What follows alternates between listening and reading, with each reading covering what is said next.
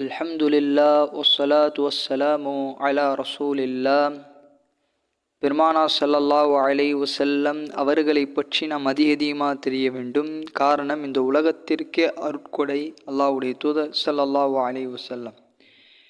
இறை தூதர்களுக்கெல்லாம் தலைவர் அல்லாஹ்வுடைய தூதர். மக்காவினுடைய பனு ஹாஷிமுடைய பள்ளத்தாக்கில் ரபியுல் அவ்வல் பிறை 12வது நாள் திங்கட்கிழமை கிபி 571வது அந்த ஆண்டிலே நபி ஸல்லல்லாஹு அலைஹி வஸல்லம் அதிகாலையில் பிறக்கிறான். இந்த ஆண்டை தான் யானை ஆண்டு, அதாவது யானை சம்பவம், யானை படைகள் அழிக்கப்பட்ட அந்த வருடத்திலே அல்லாஹ்வுடைய தூதர் ஸல்லல்லாஹு அலைஹி வஸல்லம் பிறந்ததுனால அந்த ஆண்டை இப்படி கொடுப்பவர்கள் ஆமுல் ஃபீல், யானை ஆண்டு என்று. நபி ஸல்லல்லாஹு அலைஹி வஸல்லம் அவர்களின் பிறப்பு ஆமினா அம்மையார் அவர்களுக்கு ஒரு பேரொளியாக, பிறக்கும்போது ஒரு பேரொளியாக வெளிப்பட்டது. ஷாமுடைய கோட்டைகளெல்லாம் அந்த நேரத்தில் பிரகாசத்தோடு ஒளிர்ந்தன என்றெல்லாம் கிதாபுகளில் எழுந்து வைக்கிறார்கள். அதே போன்று ஆமினா அம்மையார் குழந்தையை பெற்றெடுத்ததும் அப்துல் முத்தலிபுக்கு தெரிவிக்கிறாங்க இந்த விஷயத்தை.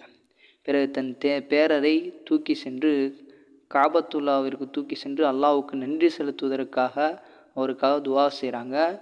முஹம்மது என்று அப்பொழுதுதான் பெயர் வைக்கிறாங்க அப்துல் முத்தலிப் அவங்க. இதற்கு முன்னால் முஹம்மது என்ற பெயர் யாருக்குமே வைத்தது கிடையாது. பெருமானார் ஸல்லல்லாஹு அலைஹி வஸல்லம் அவர்களுக்கு 7வது நாள் ஹத்னா செய்யப்படுது.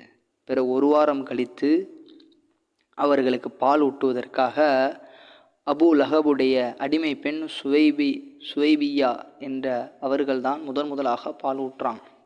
பிறகு அதைத் தொடர்ந்து பல கிளையார்களிடமிருந்து அவர்களை அழைத்து செல்லப்படுது. சாது கிளையார்கள் அந்த காலகட்டத்தில் தூய அரபி பேசுவதற்காகவும், நல்ல உடல் வலிமை ஏற்படுவதற்காகவும், நல்ல திறம்பட பிள்ளைகள் வளர்வதற்காக வேண்டி பக்கத்து கிராமங்களில்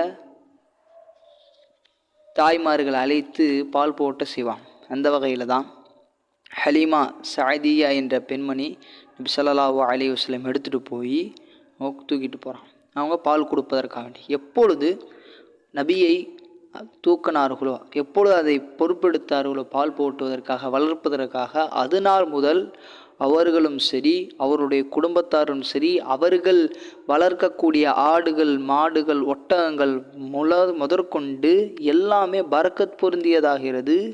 எந்தளவுக்கு அல்லாஹ் அவருடைய குடும்பத்திலையும் சரி, அவங்களுடைய பொருளாதாரத்திலும் சரி, வியாபாரத்திலும் சரி அல்லாஹ் ரிஸ்கை பரக்கத் செஞ்சான். காரணம் என்ன? அல்லாஹ்வுடைய தூதரை பொறுப்பெடுத்து வளர்த்ததன் ஒரே காரணத்திற்காக வேண்டிதான்.